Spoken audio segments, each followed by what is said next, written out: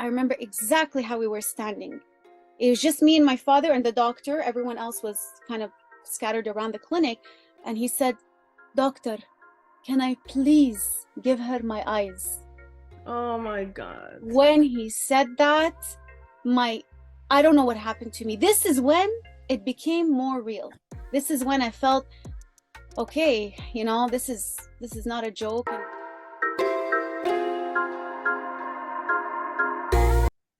Hello, Maryam. How are you? hi, I'm good. Thank you. How are you? Thank you so much for having me. Thank you for coming. I'm so Yeah, happy to spend me this time with you. too. We I've been actually, excited. I've been excited about this. So thank you. yes, this is long overdue. Definitely. Dear friend, I met Maryam. Where did I meet you? Was it in the speech contest that I met you in 2021? Good question. No, it was through our mentor, Scott. Scott, yes, Scott Yes. introduced you. Yes. So through Scott McLaughlin, he's a wonderful human being. Mm, And as we connected right away, right? And very much so. Yes. yes, Yeah. we've been friends ever since. So for you who does not know her, let me introduce Maryam Ganni to you. Number one, Maryam is a legally blind motivational speaker and founder. She has a visual impairment and uses her own journey to coach others towards seeing, believing, and creating a life of possibility and achievement for themselves. She shares inspiring and uplifting messages on TikTok, Instagram, and most social media platforms to touch as many humans as possible. Please go follow her if you're not following her already. Number two, Maryam is also a mindset coach. She provides disability sensitivity training for public and private organizations. She has crafted a program called Be Unstoppable, which includes workshops and presentations that address topics such as overcoming adversity and challenges, motivation building strategies, and skill development in these specific areas. Number three, finally, she's a woman on a mission. Her mission is to empower and inspire individuals who want to achieve personal and professional growth. She strongly believes that everyone has an inner flame ready to be ignited that gives them the ability to become unstoppable. I'm excited. I like this. Thank you so much. That was a Yes. beautiful intro.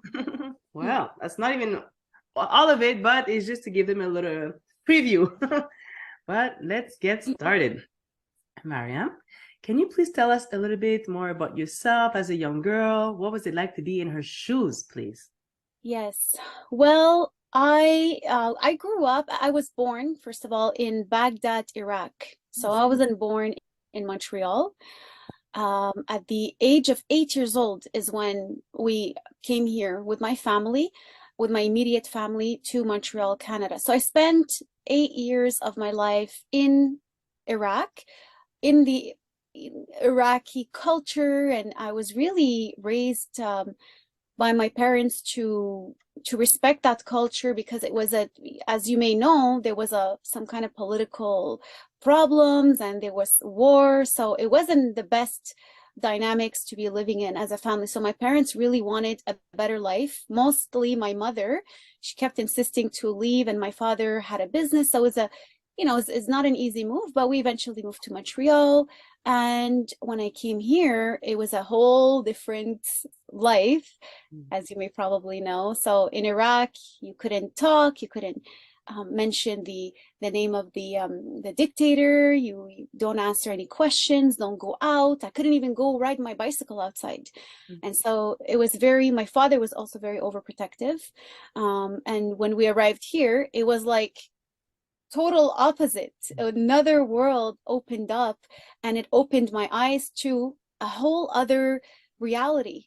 And I started to express myself more because I was asked to speak more, as opposed to the first day I went to school in Baghdad, the nun pulled my hair because I spoke. And when I came here, I was asked by my teachers, Maryam, you have to speak, you have to introduce yourself, talk to the students, your friends around you. And so that's when I really started to develop my character more. I was always a very bubbly, energetic, maybe a little too energetic sometimes child. I'd always run around, and my mother had this story that she always tells me, because I looked at her phone one day and I saw my name. She had my little nickname as a child was Mimi. So she wrote, until today she has it, Mimi, and next to it she has an emoji of a tornado. And I said, why did you put a tornado next to my name? And I think she had a lipstick. The other one is a lipstick, you know.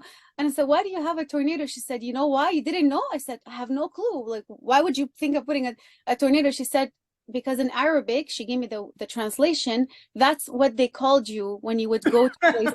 That was your name. The tornado is here. And she gave me, and I didn't think so. I thought I was being a good child, you know, but she said that once we were in Jordan, which is a little country next to Iraq, and we went into the Sheraton Hotel, and the first thing I did, I would always do that. She said, you walk into a place and everybody needs to know you're there. I would scream and run around everywhere. And then once I even ran into the elevator closed behind me and I disappeared.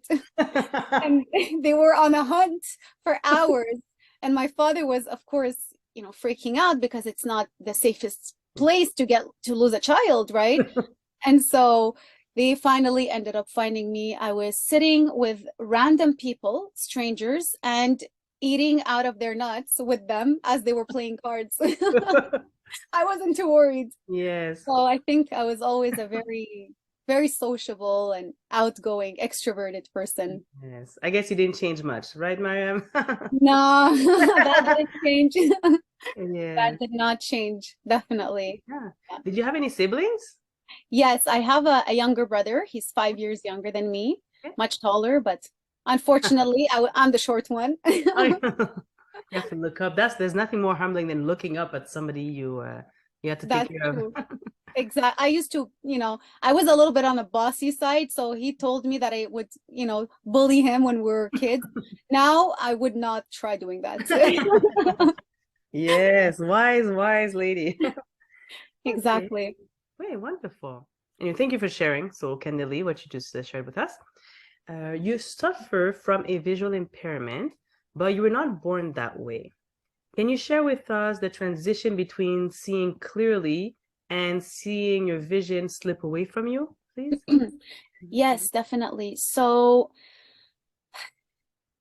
between seeing clearly and seeing my vision slipping away. So there's a lot of things that come up when you ask me this question, because, you know, as I grew up, I became more, you know, sociable and more outgoing, and I wanted to travel and see the world. And I was very blessed to have my mother, who had her family in Germany, and she loved traveling, and that was her thing. She wanted me to be in Germany with my family, with my German uncle and my cousins and my aunt, every year, instead of, you know, just hanging around here when we had no school. And so I got used to that life. And at some point she said, I was 12 years old. She said, you're old enough to travel by yourself. She, you know, packed my things for me. And I think I packed them and I really, really overpacked, but I guess I had to learn the hard way. I had so many things. I even had something hanging around my neck, you know. I just remember arriving at the German airport, and on the plane, I was with a lady sitting next to a lady. And usually when you're underage, they put some kind of a sign on you. But I guess because she worked at the airport, it just worked out. I don't know. But I was alone and I was asking the lady, I said, where am I going when I get to Germany? She said, I don't know. Where are you going? And when I got there, I remember I got checked. You know, they were wondering, what is a 12-year-old doing by herself? And so all that to say, I started to learn how to travel, being very independent, travel by myself. And I love that feeling of just going into another world, another country, and feeling their culture and their food and the smells. You know, the smells are so, I can still remember the smell of the underground, of the subway, the U-Bahn it's called in Germany. You know, things like that. It just brings me back, you know. And the first thing I would do when I would get to the airport is get a brezen, we call like a pretzel, and walk around with it, wave it around, you know, like, hey, I'm in Germany, you know. And so it was, that to me is really what got affected the most, as I saw my eyesight start to slip away. Because Eventually, I was backpacking by myself. I went with friends. I would go meet my cousin here and there. We would go from Germany to Italy, to Denmark, to this, to that. And it became more and more difficult because, first of all, sightseeing and going down the stairs and not seeing, you know, getting injured. I would bump into places and I would fall. And I never really knew why, because I still hadn't had my diagnosis. And so eventually when I did get the diagnosis, which was, I don't know if you want me to get into that. Yes. Yes. Okay, great. So the diagnosis is, it's called RP, retinitis pigmentosa. So I'm 21. I just come back from a backpacking trip, yet another one, and I'm excited about life. You know, at this point, I just gotten a certification as a professional makeup artist. Because at the time I wanted to be an actress, and my father being very Arab and very traditional, no, you're not going to act. Not my daughter. No, not my daughter. No, no, no. It's not a good thing for you, no. And then you become doctor or lawyer. That's it. There was no other choice, you know. Look, Yes. your cousin, you know, like he would always compare. It was very, very typical, you know. But Yeah. at some point, he saw that I was the black sheep of the family, if I may say it like that. Very extroverted, just you know, march to the beat of my own drum. And so I said, okay, well, if I can't be an actress, I'll just might as well be a makeup artist. I'll put makeup on actors. And so I did that. And, you know, at this point, he still wasn't happy. He said, you're going to starve. And so, you know, I was happy. I was doing my thing. I was still young. Just came back. I thought something was off during the trip. You know, we were in Greece at that point, and all the white stairs were there was too much glare. It was just something was off.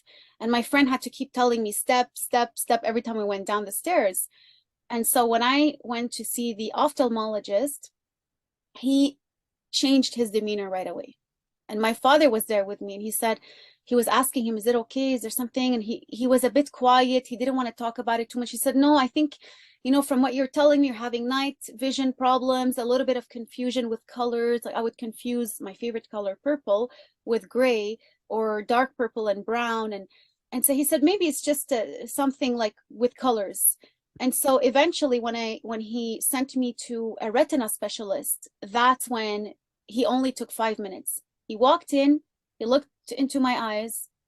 He didn't even say hi. He just said, do you have anyone who's blind in your family? I said, I don't know. And I was alone that day. It was in Montreal. I said, I don't know. How come? And he said, well, you're going blind. And I didn't, at this point, I think I have a hard time remembering exactly what I said or did, because I think I blacked out. I just zoned out. I completely erased this from my brain, because I don't even remember if I believed him. And I thought, what do you mean? You know, what do you know? No, I can't. There's nothing to do. And I jumped right into what's the solution? I want to know what I can do about it. He said, there's absolutely nothing.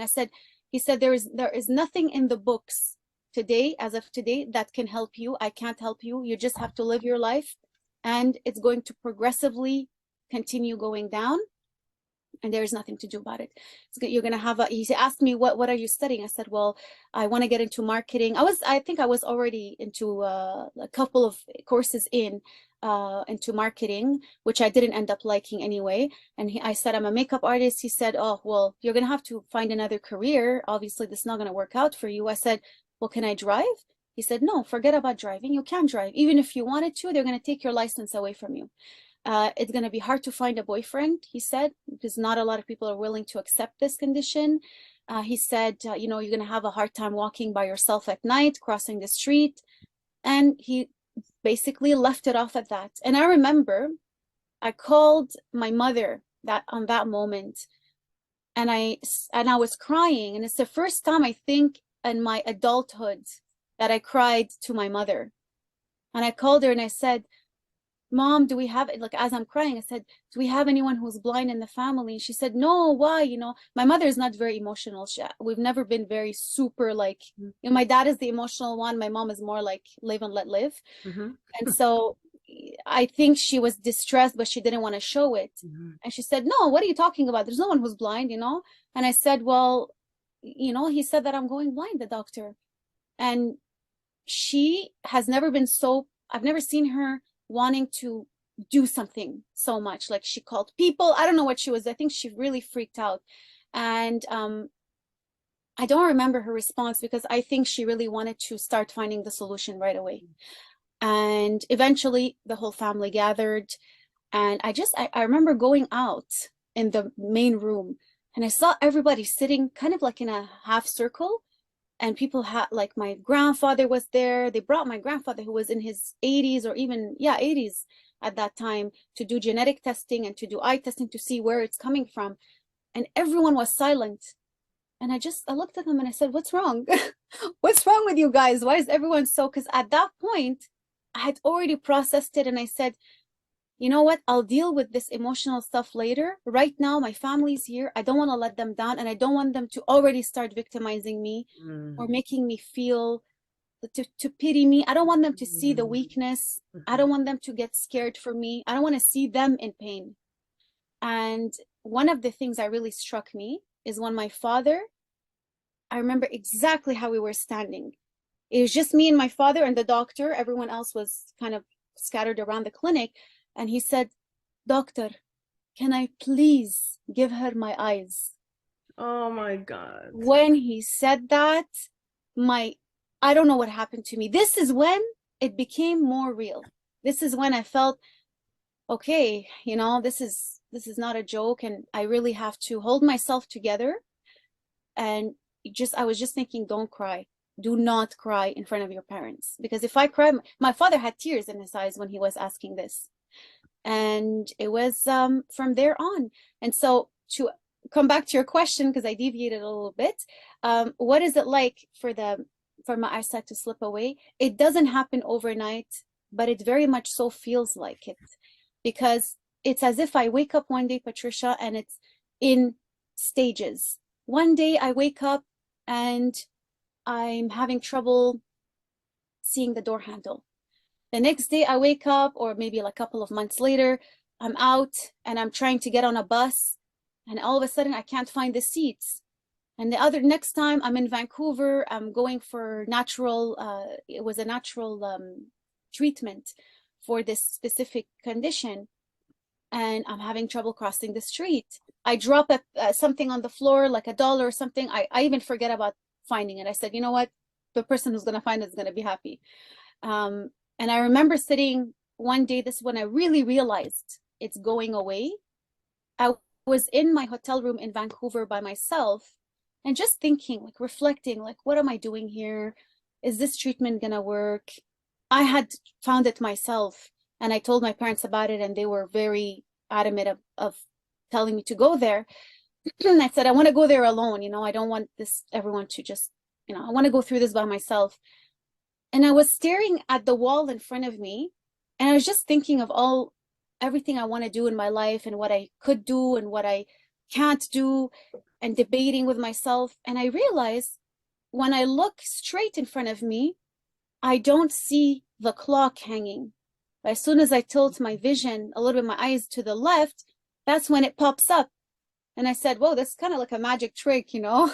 It just keeps disappearing. And I realized I'm losing my central vision. I'm losing my eyesight. When I look straight, I do not see the time. And so ever since, it's gone down. And I do have some functional eyesight, but I always have to look a little bit still to the side to depict any kind of imagery or anything of the sort. And to sum it up, I would say when your eyesight slips away, well, when my eyesight slipped away, I always told myself, I'm not scared. I'm not scared. I'm not going to be scared. I'm going to be fine. The only thing is that it's frustrating along the way. It's frustrating because I see people's pain, even in public, people who don't know me, when I'm trying to, you know, when you're doing little movements and it becomes so awkward and everyone's observing you, like, what's her next move, you know? And everybody's watching the blind girl go down the steps and everyone's like, oh, no, don't fall. And it's just, these are the moments where I know one day they're going to be funny and they're going to make a story, but on the moment I'm sweating from embarrassment and just it's tough on the ego, which is very definitely very humbling, but it's also tough on knowing that I'm losing my independence. And this is the toughest part. But I always try to remind myself when I feel like this and I see like that clock, I said, you know what? I can't see the clock, but I can see the wall around it. I can still see the sun. I can still see light. I can still see something. As long as I'm still seeing something, I'm good. And who knows what the future holds. Yeah. Oh, Maryam, my goodness. Ooh, sorry. It's just love. I feel nothing but admiration and love for you. And sorry, you kill me when you Oh, talk about you.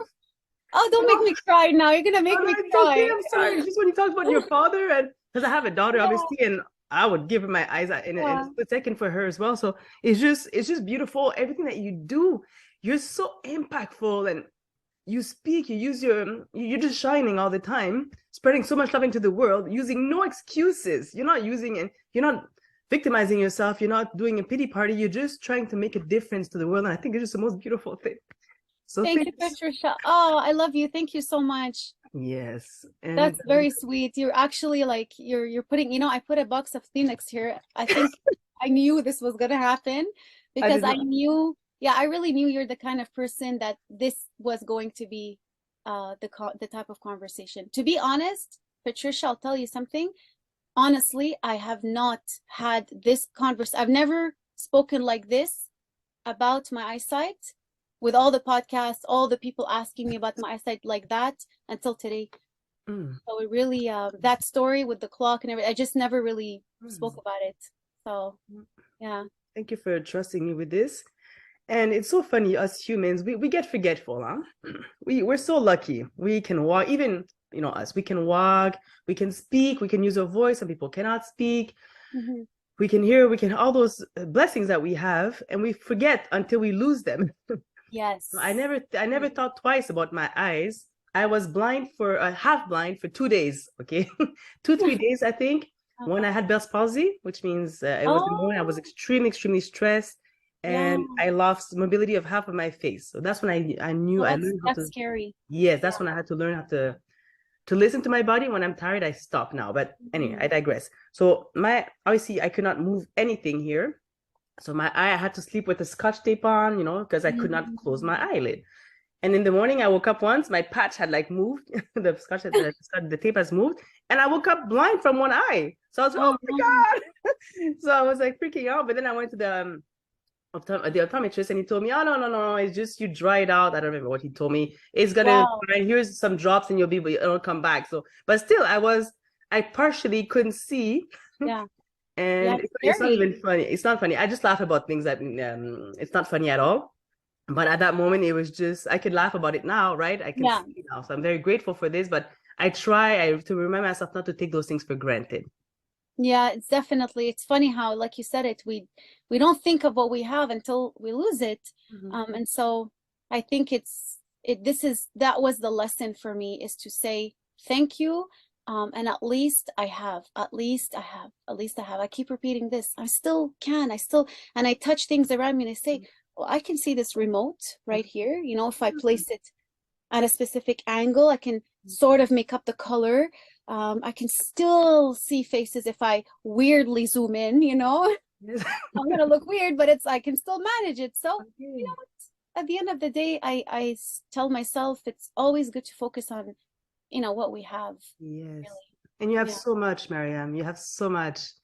First of all, you're beautiful. Thank you You're so much. fit. You have a beautiful smile. You're a people person. I can go on and on and on, but we have mobility. My mom got operated with her two knees. She was completely handicapped for a few months. Basically, she couldn't walk. You understand? So it's just we're very lucky with whatever we have. So I love that your story makes me want to be even more grateful. I'm very grateful by nature, but now I feel like I'm not complaining about anything. I just want to be grateful for being able to pick up this glass of water and drink. Mhm. I've heard you say that you had hit rock bottom in the past on your social media platform. You share that very openly.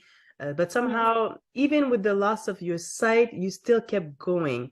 Can you share with us how you came back up from that moment of Hitting rock darkness? bottom.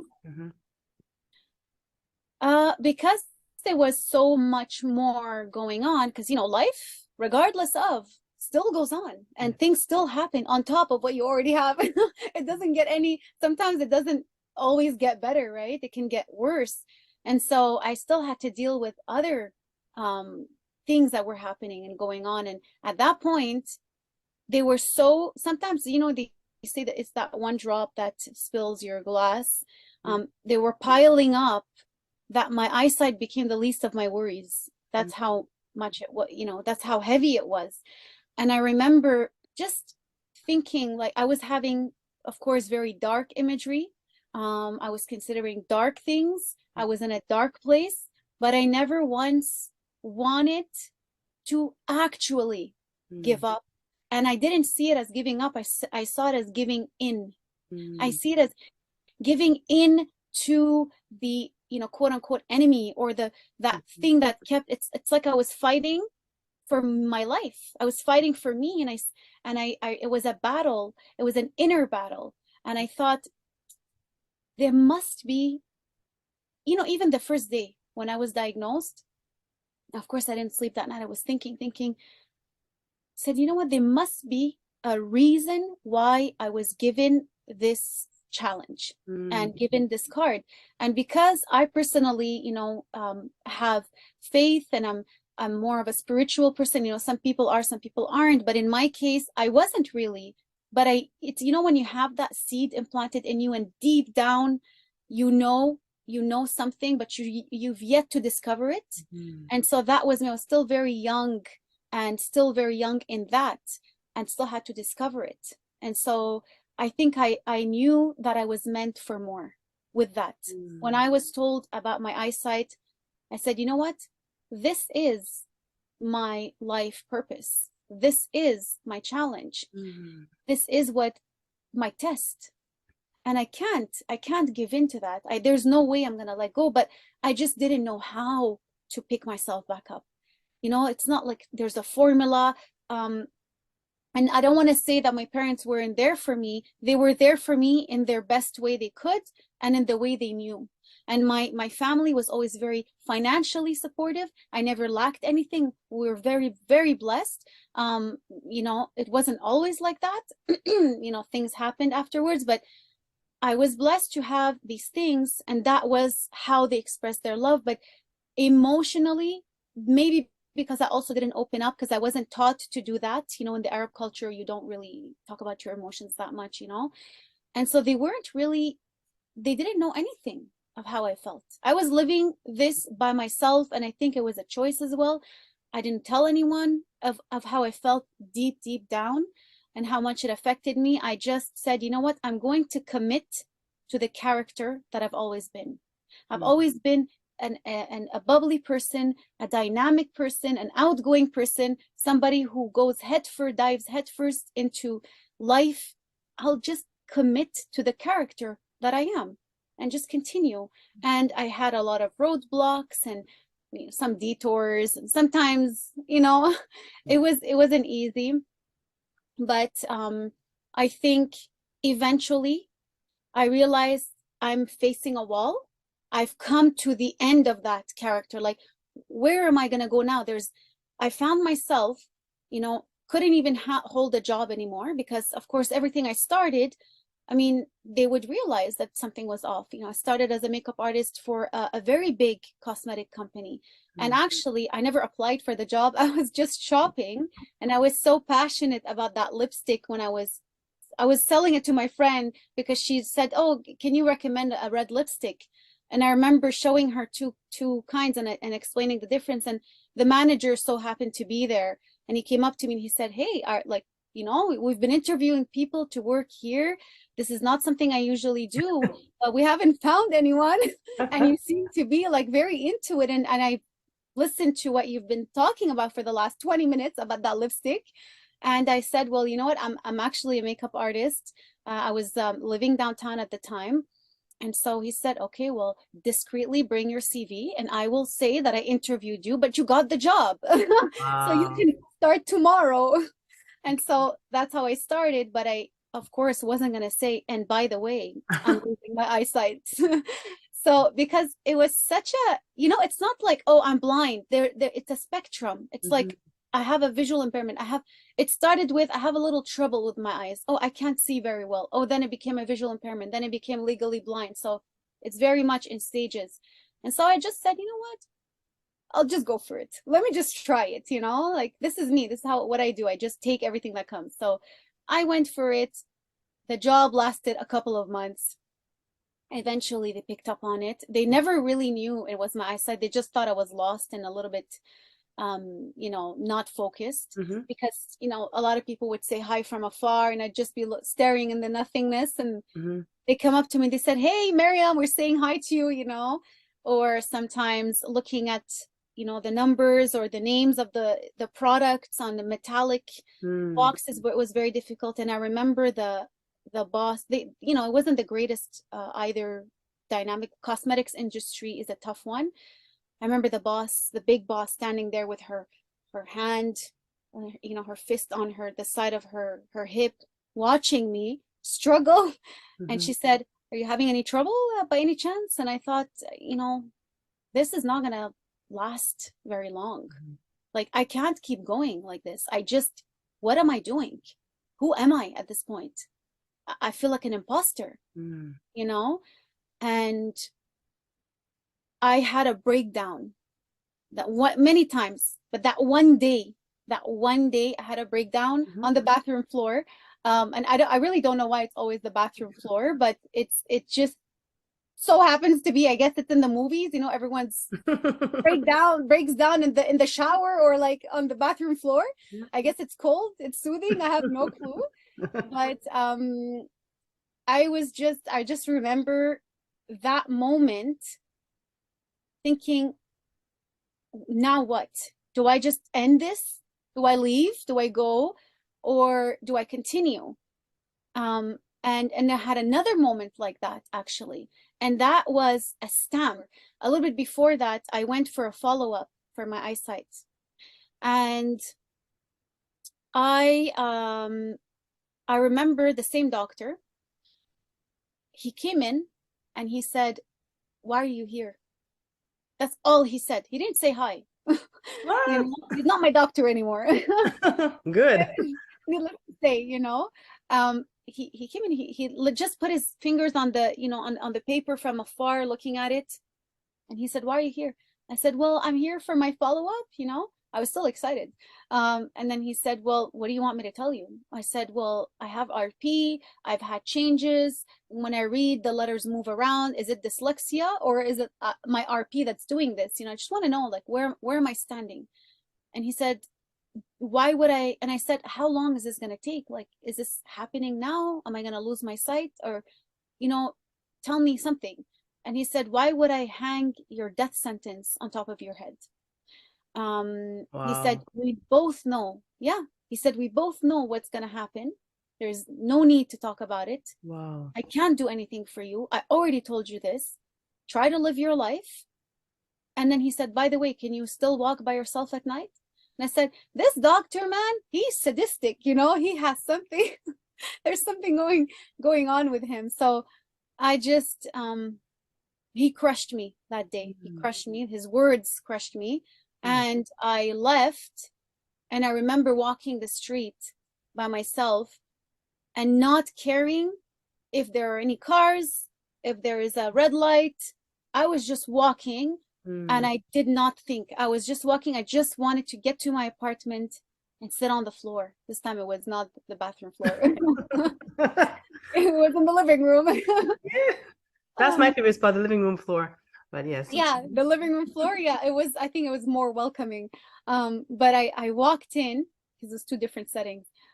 And I was just, when you're holding in your tears and you Mhm. just want to cry, just want to be by yourself and cry. That's how I felt. I said, I just want to get home.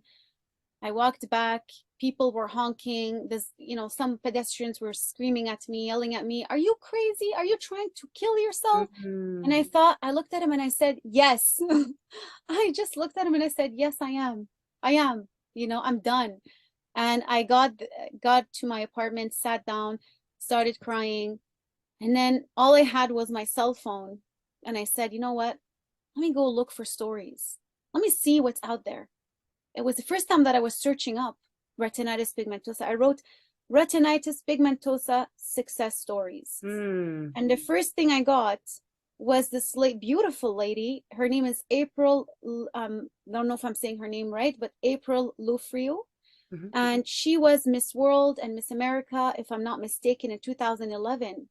Oh, I think I remember her. I was watching you with my mom back then. Yes. Yeah. Okay, great, because I think she is affected by RP and her kids are affected by RP. Oh my God. Yeah, and so I saw her story. I read her story and I saw how she spoke openly about her RP, and she said this became my life mission, and this I remember her words. She said, I made it my life, I made it my purpose, I made it, made something out of it. And she was, I think, the oldest, which she wasn't old, but she was considered the oldest winning one in her time. Yes. And I thought, what an inspiration. Like, it picked me up right away. It's so amazing how someone else's success and indirectly speaking to you, I don't know them, she doesn't know me, but her story was so similar to mine. It spoke to me that it lifted me up on the spot. And I thought, let me write to her. So I wrote to her through her website inquiry, and she responded. Whoa.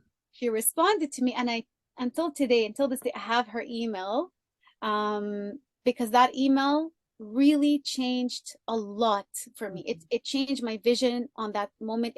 I can even say it saved my life. It saved me because it brought me in a whole other direction. I considered I saw that there was some kind of hope. And she even mentioned that in her email. She said, Maryam, what you're saying, what you're describing, because I told her I just went to my doctor, he said this, and this is how I feel about it, but I don't want to give up. I saw your thing, your videos. I saw what you said. I love how you are. I want to be like you. I don't want to give up. I want to do what you're doing, something like that. Yeah, she was kind of like, I looked up to her, and she said, what you're describing there is hope. That is hope, Maryam, and you should keep holding on to that, because one day there will be something, and you will be okay. You will be good. You're good. And I don't know her exact words, but I just know she put hope in big, and that's what stood out to me as soon as I opened the email. And then she told me, if you need anything, contact me. I'm here for you. So she was kind of like my first supporter who lived RP directly. And so that's from these experiences that I kept holding on to.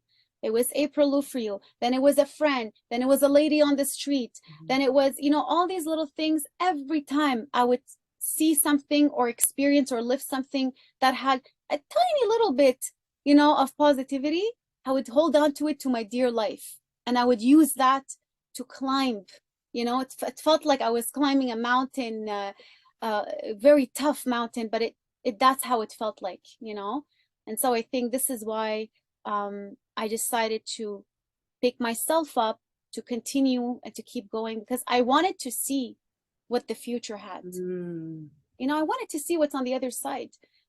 And I said, not to be pessimistic, just to be realistic. And actually, I thought it was a good way to think in my early 20s. I said, he's telling me I might go blind in 10 years.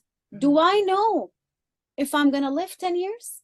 I mean, we all hope to live until, I don't know, 80, 90, healthy, strong. But do we know if we have tomorrow?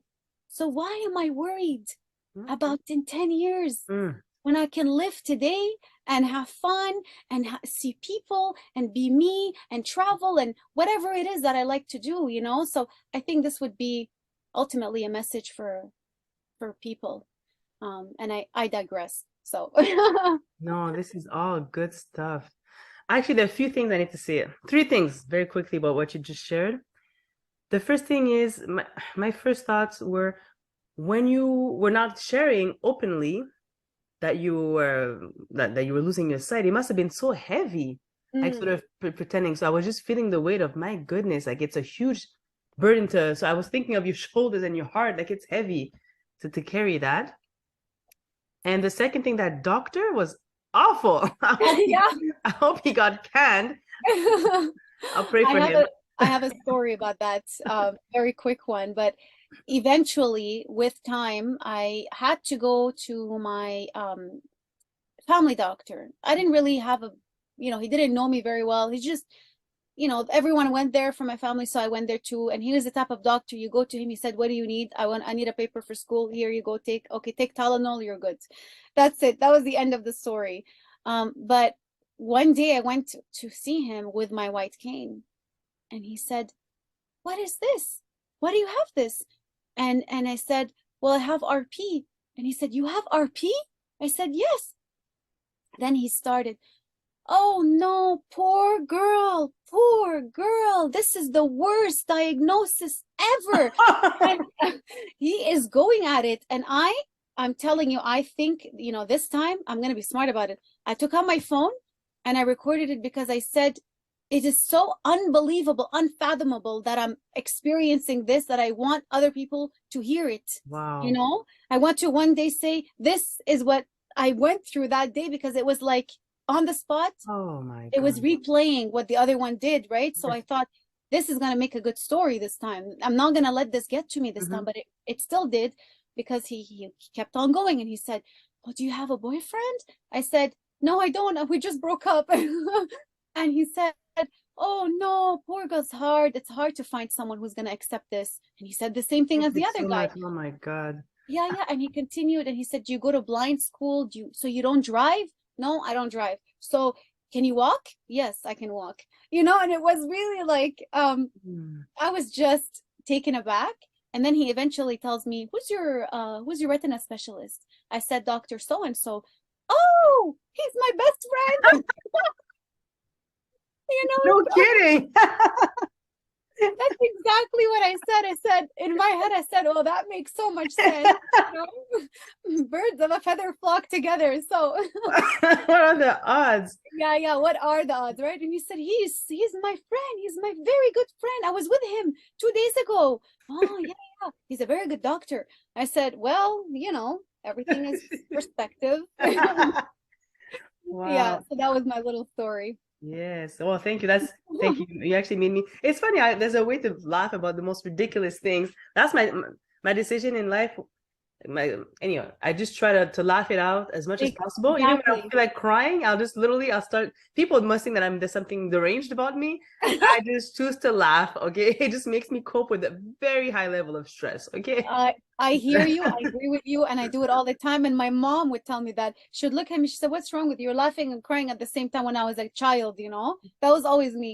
I laugh and then I cry, and then I make myself laugh. It's the best way to cope, I think. Humor. Yes. Good. Yes.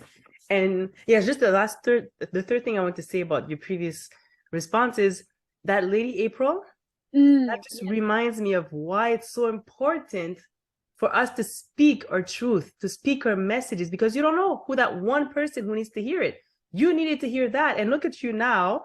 Who exactly. knows where you would have been if it wasn't for that specific moment that you heard something. So it just reminds me again how important it is to to speak, to find our voice and to Sure. speak. So thank you. Definitely. Definitely. Thank you. Yes. Maria, you're a very busy lady. You're a motivational speaker, a coach, a CEO, a founder, and so much more. How do you stay grounded and balanced? I'd love to hear how you keep your mental sanity through all that. I love to say I don't. Sometimes I don't, but I'm learning as I go. I'm learning as I go, because it's something that if you think of it, and if I think of it, actually, it's the first time that I actually think of it, but I started from something that didn't exist. It's like nothing, it was an idea. It was in the ideation stage, like, oh, I want to, become a speaker and a coach, and how can I do this? And I had a lot more time, and I was studying, which I still am. I went back to university now, but um, it was different. It's like as time progressed and as I got more and more serious, I got more into it, it took up more of my time, and eventually it's become more than half my time. And so I'm learning to navigate around it. I'm also learning how to adapt to doing things my way, right? Because I have to navigate my computer differently. I have to work differently. I have to read emails differently. Like I listen to emails.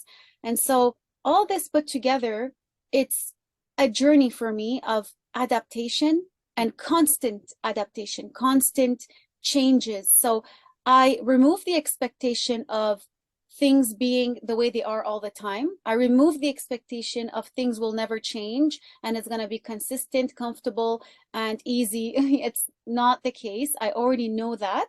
I'm expecting that and I'm taking it as it goes.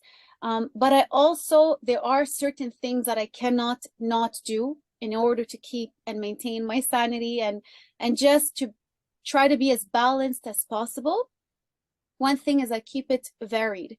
Variety, I love variety. I can't do the same thing all the time, over and over again for a long time. It just becomes, you don't like it anymore. I don't know, there's something about it that I start to feel not annoyed, but a bit bored, or it's, I have to get my mind off of it. So I work on different projects.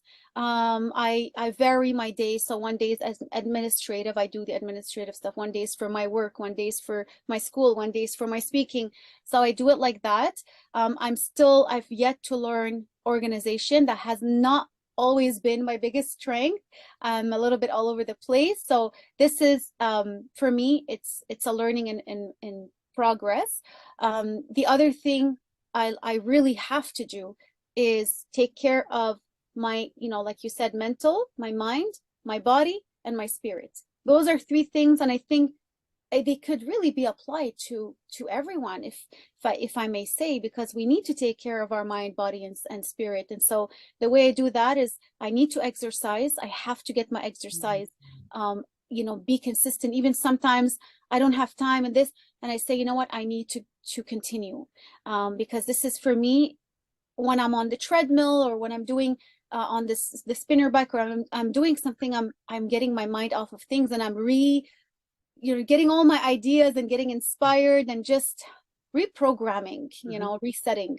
That's one thing. The other thing is, I won't lie, I actually went and consulted a psychotherapist, because I thought, you know what, there are professionals made for that.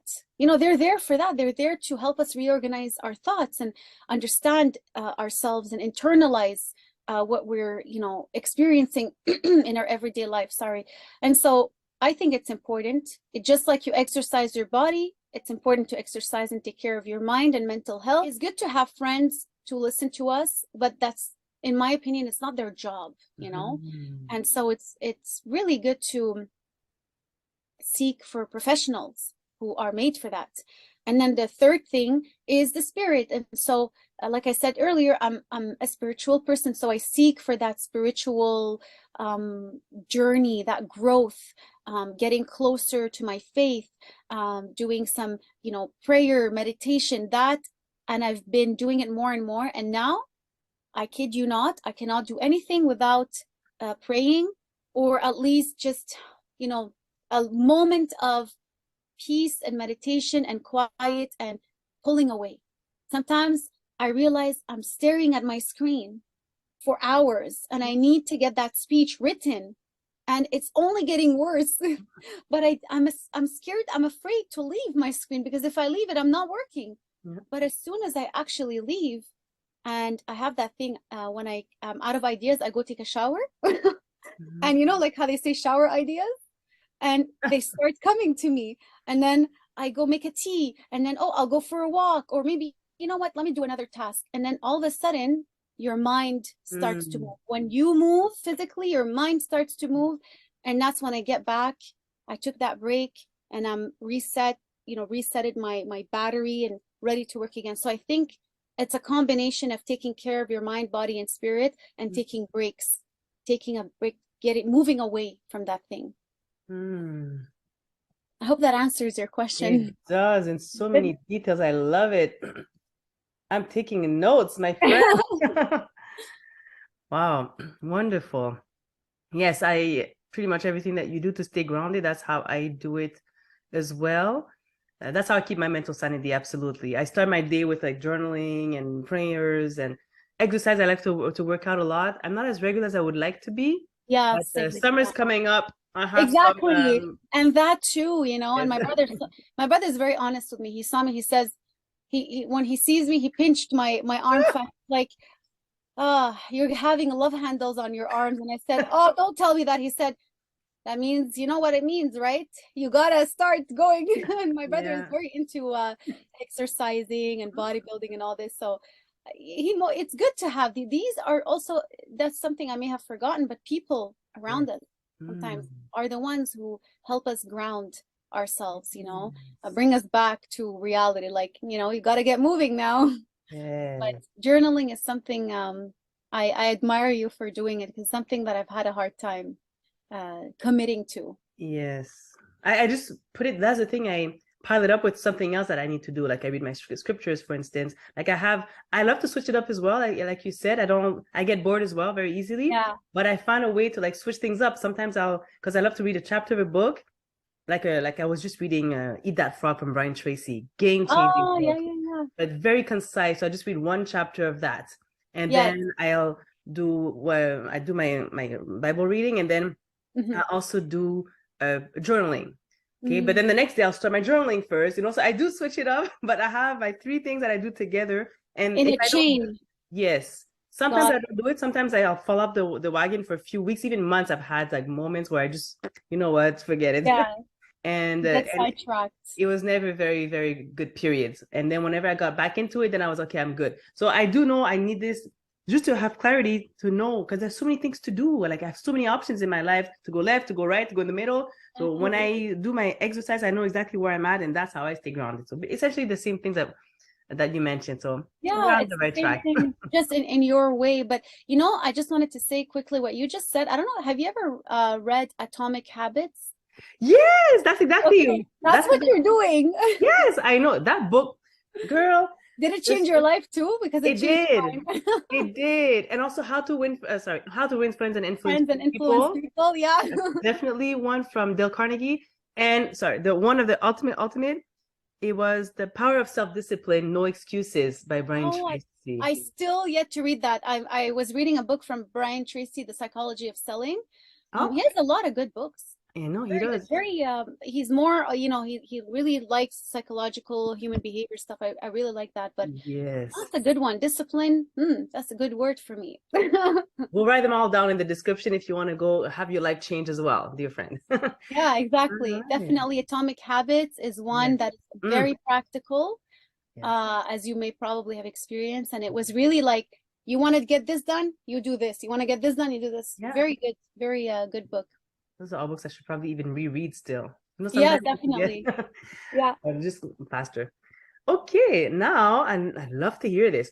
What was the turning point that made you decide to go visit a Toastmasters club or a public speaking club for the first time, please? Okay, so when I was speaking for my first mentor, who still is my mentor, he was my instructor at McGill University. So when I went back to university, that's really when I had decided, okay, I'm starting my life again, reinventing myself 180 degrees. So it's funny when you get into something with a mindset that is different and quote unquote healthy, the right mindset, things start to happen. Yes. The right things start to happen and the right doors start to open. And I remember walking into that class the first day with my white cane, and I said, I'm gonna own this cane. I'm not gonna hide it. I'm gonna own it. And you know what? I'm even gonna decorate it so it's even more visible. And so that was my goal. But I said, I'm going to go with it the way I am. That's it. And that class is what started me in what pushed me to start with public speaking, because the instructor asked us, what is your goal? And I don't even know how I came up with this idea. I think somebody must have suggested it to me here and there. Oh, you should speak. Oh, you'd be this. Oh, you should speak about your experience. And I wrote it. I said, I want to be a public speaker. And Mm. it was like a paper, you put it in a box and he reads it, you know, and he says, who said this? And I remember when I gave a talk at the end of, towards the end of the semester, we gave like a presentation. And he came to see me after the presentation. He said, Maryam, there's something in you that I see. You have potential of being a very good public speaker. Mm. I happen to be a public speaking teacher as well. And he said, and he asked me about my story. He asked me about, you know, what's with my eyes and how did it happen. And when I told him a little bit about it, he said, you need to tell your story. You realize that would help so many people. This would be an amazing opportunity for you. And he said, you know what? Usually, because it's a professional networking and communications course, I organize an event after every end of the course. And there's always a mystery speaker. He said, why don't you be my mystery speaker? Mm. And so I thought, oh, I don't know if I can do that. I mean, this is so cool. Like this is my dream coming true, but I don't know if I'm good enough or if I can ever. He said, don't worry about it. Just be you, believe it, and you will see it. You know, and he spoke to me about so many, you know, motivational books, and we had a great conversation. He said, and I would love to be your mentor, to help you get to that point. Mm. That I believe in you. I really want you to get there. So that's when I started. I started speaking in for his class. And one of the times that I spoke for his class, someone came up to me and said, hey, do you know about Toastmasters? And I said, Toastmasters? What is this? You know, what is that?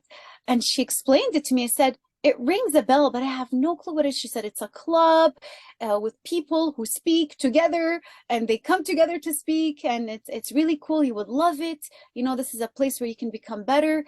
And I thought, a place with like-minded individuals who have similar goals, who probably feels like a community. Oh, that sounds like something I would love, you know? So I kept it in the back of my mind. I searched it up here and there. Funny enough, I wasn't able to find anything. I said, why isn't it easy to get a hold of a Toastmasters club? You know, what is this?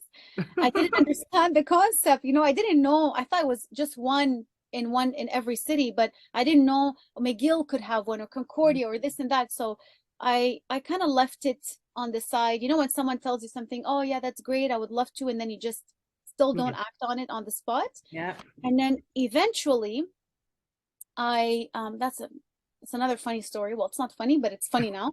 But I was about a year and a half ago, like not this summer that passed, but the summer before that, I had gone back to, after the pandemic and everything, I went back to my favorite sport, which is kickboxing. And I was very, very consistent. And then towards like the end of the summer, I sparred. I had the lovely idea of sparring with a sighted person, which was a usual thing for me. I would spar with people who were sighted. But this time, I think I went a little overboard, didn't have the right judgment, probably didn't feel it, but I ended up having a concussion. Oh. Yes, I got too many hits probably that accumulated. Oh. Just like little hits, but probably just one too many. Mm. And when I got home, I said, "Ooh, you know, when in cartoons you have these birds around your head." I felt like that. So from that, that was another road bump or block recently for me, a huge one, because I love sports, I love activities, and you know, it ended up being a very long process, much longer than I expected, much longer. But during that process, I had to stay home and I couldn't do anything. I couldn't really listen to music and I couldn't watch TV. And I said, man, this is going to be long and boring. Like I had to literally lie down, have my eyes closed in the dark and do nothing. So I said, this is a journey on itself. This is a lesson. I'm going to use it. There might be something there. And upon just doing nothing and thinking, I said, hey, I remember that girl who told me about Toastmasters. Maybe I can be a part of a club. And like when I get back, I can be part of a club and then take my mind off things and belong to something. And, you know, maybe I won't be as sad I was about, not kickboxing for the moment. And so, regardless of the fact that I wasn't supposed to be on my laptop, I still quickly went on my computer and searched up a club, and I couldn't find it. So I posted it on the Facebook page. Mhm. I found it on Facebook, Toastmasters International. I wrote something like, "Hey, I'm looking for a club. How does one apply? How does one be part of this amazing organization, And Scott Oh, McLaughlin, yes. as you probably already know, is the one who picked up on it, as he always knows all the resources. He's always in the loop with everything. He responded right away, and he said, "You can be part of our club. You can come, check it out, and if you like it, you can stay." And of course, I loved it. Mhm. I was a bit. It was like a culture shock. Like, Mhm. ooh, okay, you have roles and grammarian? What is this? And why are they counting words and the time, everybody? Why does an evaluator have an evaluator? What does all of that mean? Mhm. But it was very, very honestly is a great move. Mhm. I'm very happy I did it. And it was a perfect timing because I replaced my other hobby with Toastmasters, and then I found myself looking forward every week. Oh, I can't wait for Wednesday. I'm going to Toastmasters. Mhm. And so that's really how I ended up with Toastmasters, and quickly got into the whole speaking. And then Scott offered to be my mentor. And then he said, "By the way, there's a competition coming up." I said, "You Mhm. can compete for that?" I didn't know you could compete. And I thought, okay, well, yeah, why not? Let's do it. And even though I hadn't done both my levels, he said, "You can't go past the club level, but you can do the club, and just for your own, just to try it out." And I did it. And I remember I was the first place, from the club. So I thought, oh, this is possible. Mhm. There's something there. There's something in there that I can grow and learn from. And Mhm. that's how it started. Yeah. Okay. And you're competing this year Yes, to the district officially. level. I cannot wait. I'm going to go there. I'm going there for different reasons, but seeing you on stage is was one of the main reasons, and I want to see You're you in gonna be person. there?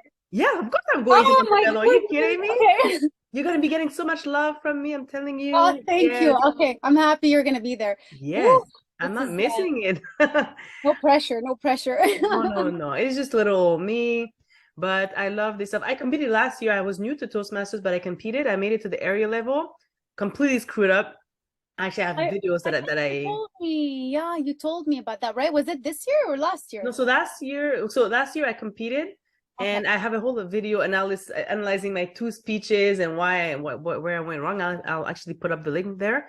But also this year, I was not going to compete. I have such a busy year ahead of me with work and Mm. so many projects. I was not going to compete. So I didn't. And then I think 2 weeks before the area level contest, I said, "Oh, you know what?" I started asking around, is it possible for me to compete? Because there was no club contest basically. And then Ah, finally I was able to make it to the area level, but I wrote a speech, I didn't like it. Then the yeah, week before I wrote another one. So yeah, that's what I told you when we had the voice memo. yeah, And so I did not make it through, but it's fine. That's a good, who am I to show up there and start trying to get into a contest last minute with no preparation? So I froze. It was a pretty good speech, but I did not put enough work into this. But next year I'll be more ready. But I'm this year, sure. Yeah, that would be great.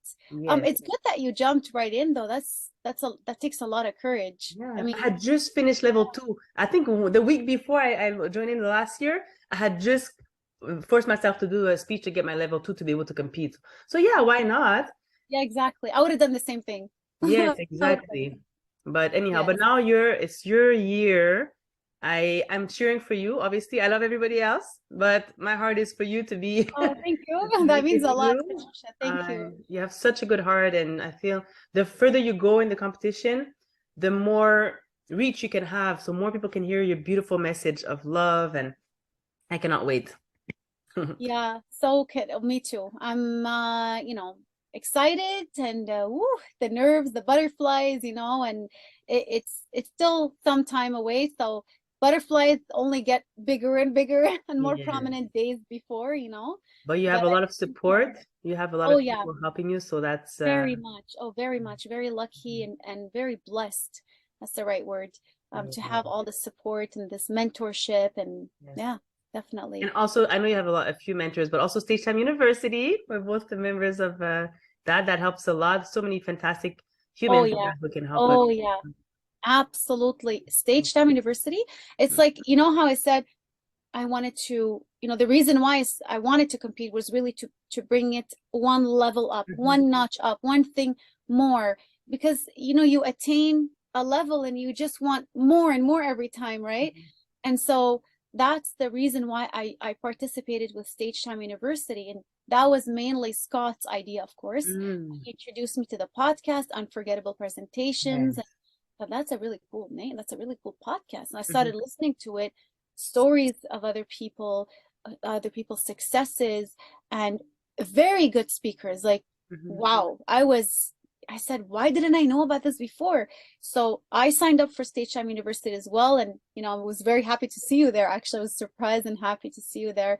And that turned out really well because you're getting advice and coaching and help from world-class speakers like Mark Brown and Darren Lacroix and you know all these amazing people. So I think what better place to be than Yeah. Stage Time University. Yeah. It's wonderful, definitely wonderful. And again, it doesn't take away anything from the Toastmasters organization. It's just Oh when you no. want to take it to the next level. There's one Yeah, thing with definitely. being, and Toastmasters is I love my club. It's a family. It's like a community, as you said.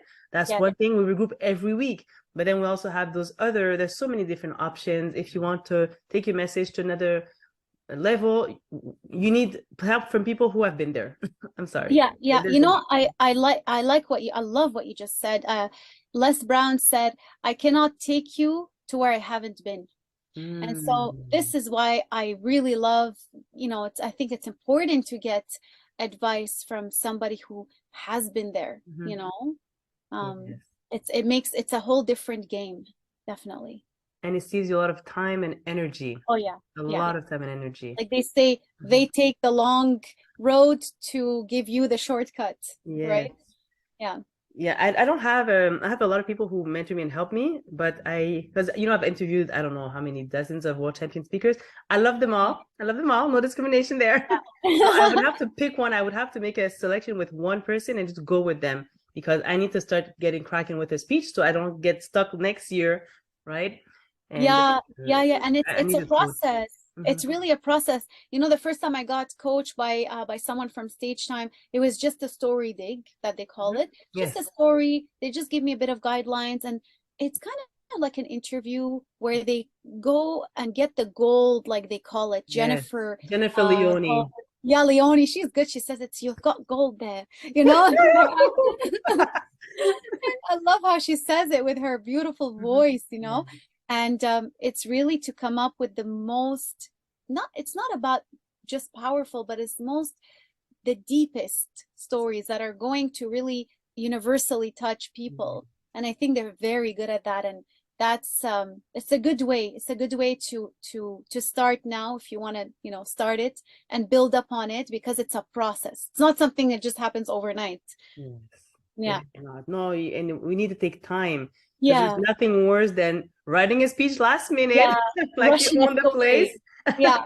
and you don't have time to internalize the message. No, It's so it takes true. time. You need Oh, to. trust me, I know what that is. I know what that I was gonna reach out to you actually, Mhm, seriously reach out to you this last week mhm, because I have always said to Scott and to myself, I said, oh, well, I'm not the kind of person, you know, some people are they have stage fright or mhm. they don't know, they get put on the spot, they're not sure, you know, they really deal with that anxiety. And I said, I've always been so outgoing. This is never going to happen to me because I always have something to say. Yeah. If anything, I have too much to say, you know?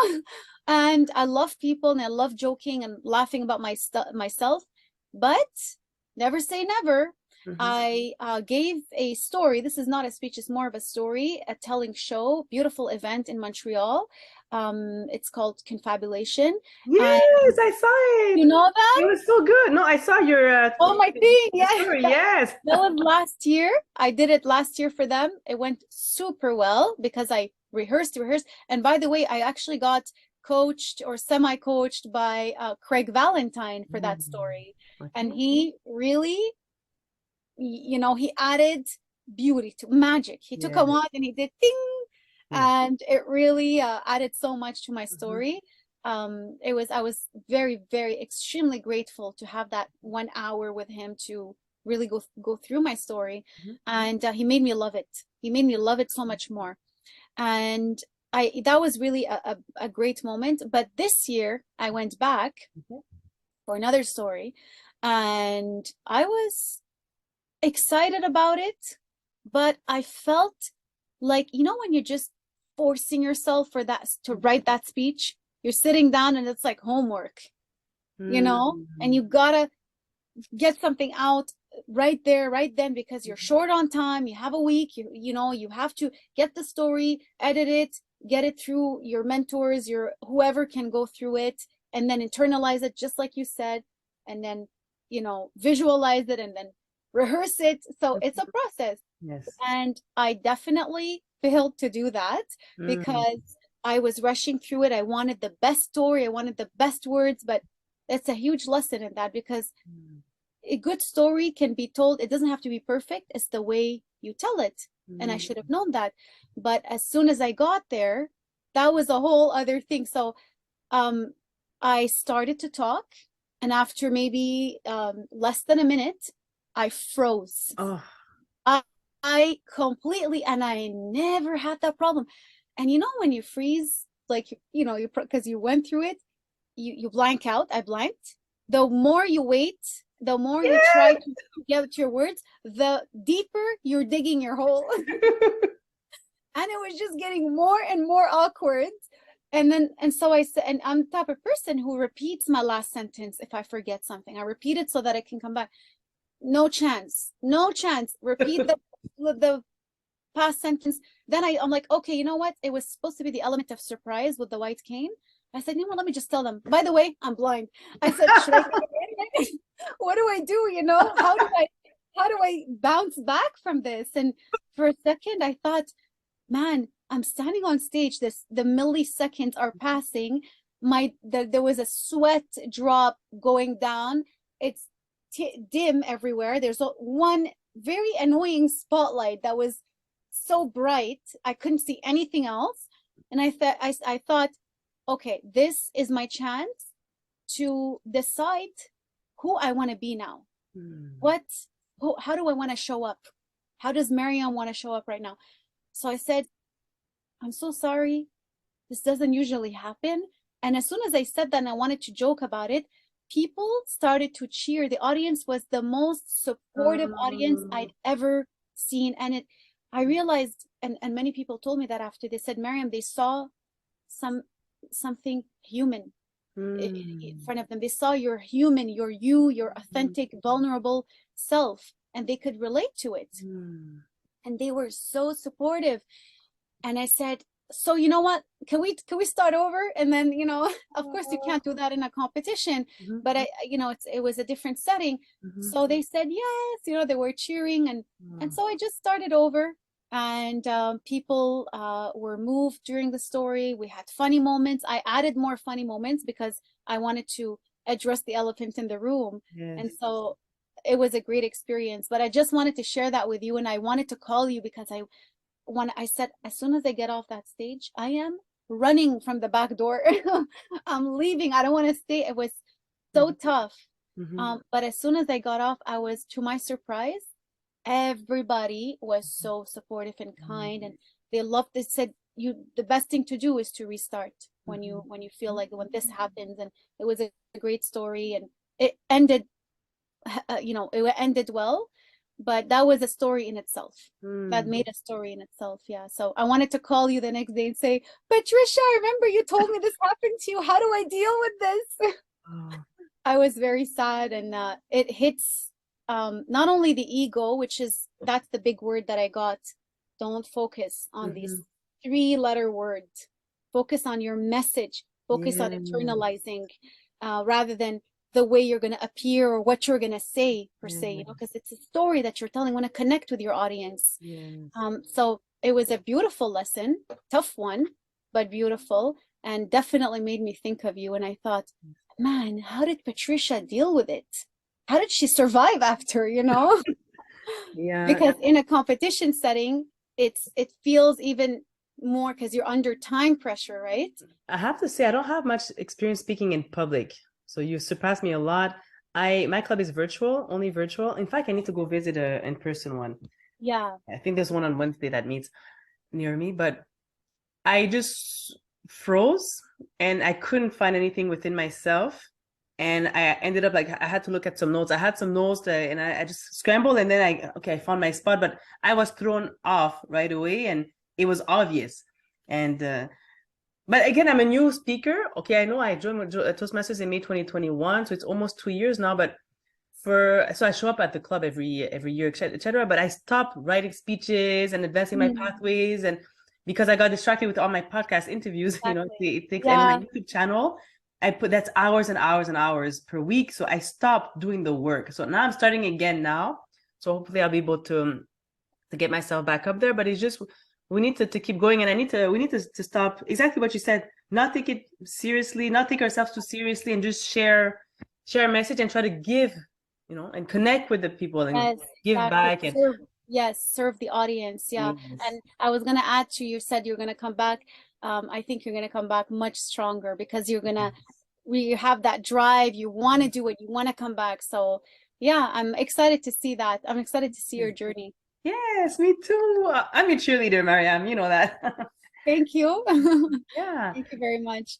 Okay. What does being unstoppable mean to you, Maryam? I know you studied a whole program on this, so what does it mean to you, please? Yes. So be unstoppable. Originally, I know it's not something unheard of. It originally came from one of the people who helped me during the time that I was doing vision rehabilitation. So to go to a vision rehabilitation center, learn how to use the cane, learn how to, essentially live all over again. And one of the things I had to do is career reorientation. And there was a lady who was replacing someone for a year. And when I met her, we clicked spiritually, everything. It was beautiful. She told me about all these amazing books. And then she said, I'm going to do tests with you to see, what matches your personality, what career you should go for. But I can already tell you have a coach in you. And I said, oh no, please, not one of those. And she said, trust me, you have it in you. And then she said, do you like speaking? I said, I've been thinking of that. That was right before I went back to university. Okay. And so she said, well, you should definitely do something within that. And she would encourage me. She became I would say my first, face-to-face mentor or supporter.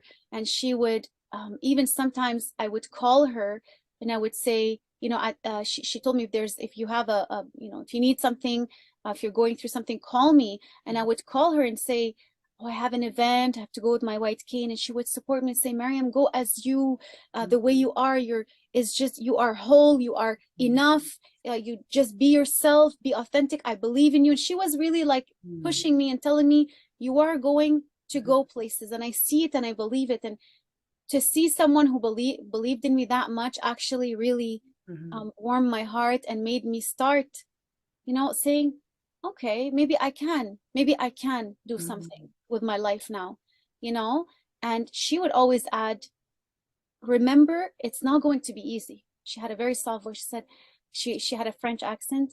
Maryam, it is not going to be easy, but you have to remember to be unstoppable. She would always say it like that. She always repeated that. And, eventually the pandemic happened and we lost touch. And then one day I get a call from another orientation person.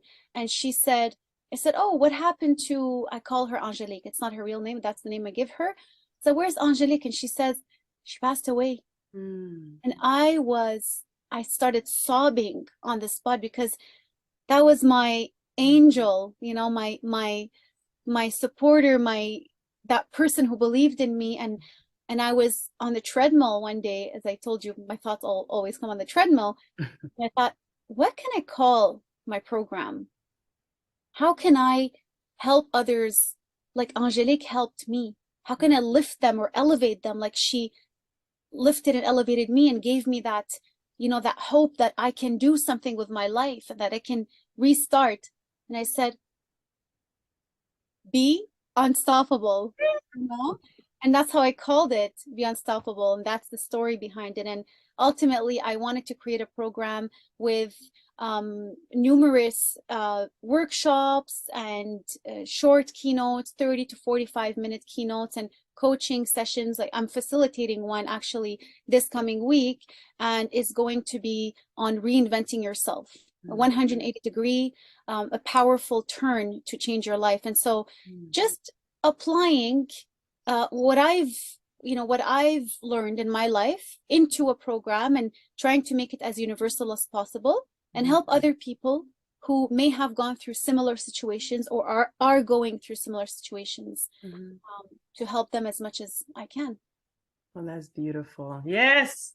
Yes, Maryam. Oh, that's wonderful. Oh, the lives you're going to touch, the lives that you're already touching now. It's just, I'm so excited. I'm beyond excited. Thank you. Yeah, so am I. Hopefully it makes me happy if I'm talking to 200 people, honestly, if there's one person comes up to me or doesn't, or just says, that helped me, I needed to hear that message, it means the world to me. Yes. Oh, that brings me to one of my last questions, because the problem with you and I is I'm capable of keeping you here for the next 3 hours. I know, and I love talking with you. I love it. Yes. And I know that a friend at home is wherever they are is enjoying this, but 3 hours. So I'm going to like bring it, because I want to ask you so many more questions. So we'll have to meet again in the future. Yes, but definitely. what is the next step for Maryam Ganni, please? Yes, so the next step, I would say I want to definitely I want to build my name as a speaker. If I look at the technical aspect of it, I want to be able to speak and travel, do what I used to do, traveling, but add the speaking to it, and revisit the places with a different perspective on a mission this time. That's what I would like to do, and meet these people and have something to tell them, to encourage them. I would like to also, I'm working currently on building my brand. So clothing, a little bit of lay low, I think you can call them athleisure clothing, some bottles and mugs, and just having my own little brand, my own little line. And most importantly, on the non-technical things, I would say that my goal is to become better every day and try to be my best self and give people the best of me as much as I can every day, and serve, help others. Whoever, when you see someone who's in need of that message, that hope, that, that little spark, if I can share that energy and that spark with them and make them feel better, that will be my mission. My mission will have been accomplished. Oh, that's so beautiful. Oh, amen. I just feel like saying amen to this. Yeah, thank you. Amen. Yes.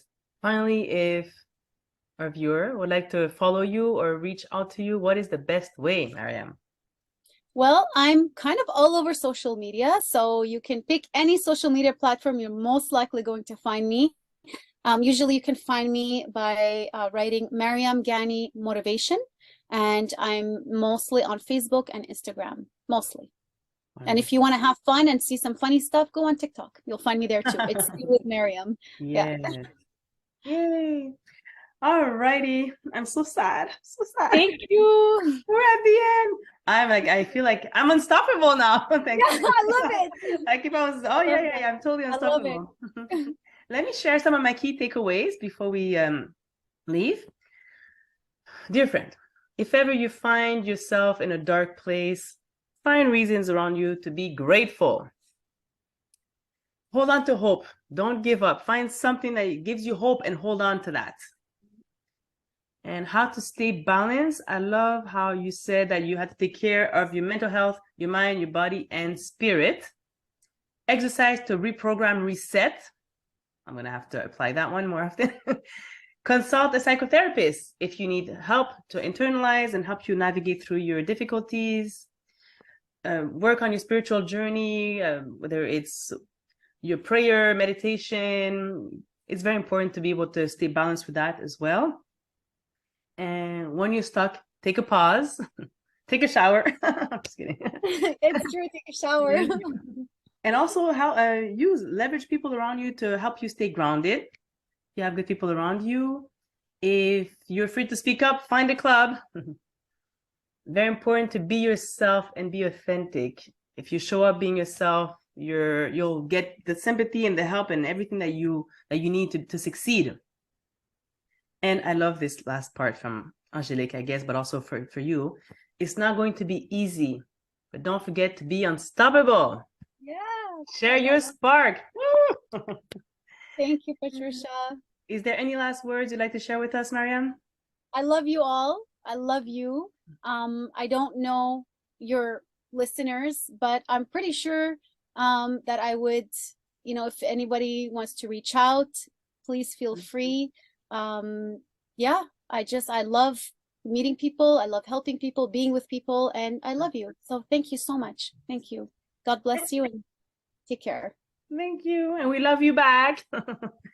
And my dear friend, thank you for watching. I hope you've been partially as moved as I was, even 1/10, and then you're in business for the rest of the next decade. And I will leave you with this. The power of your voice can change the world.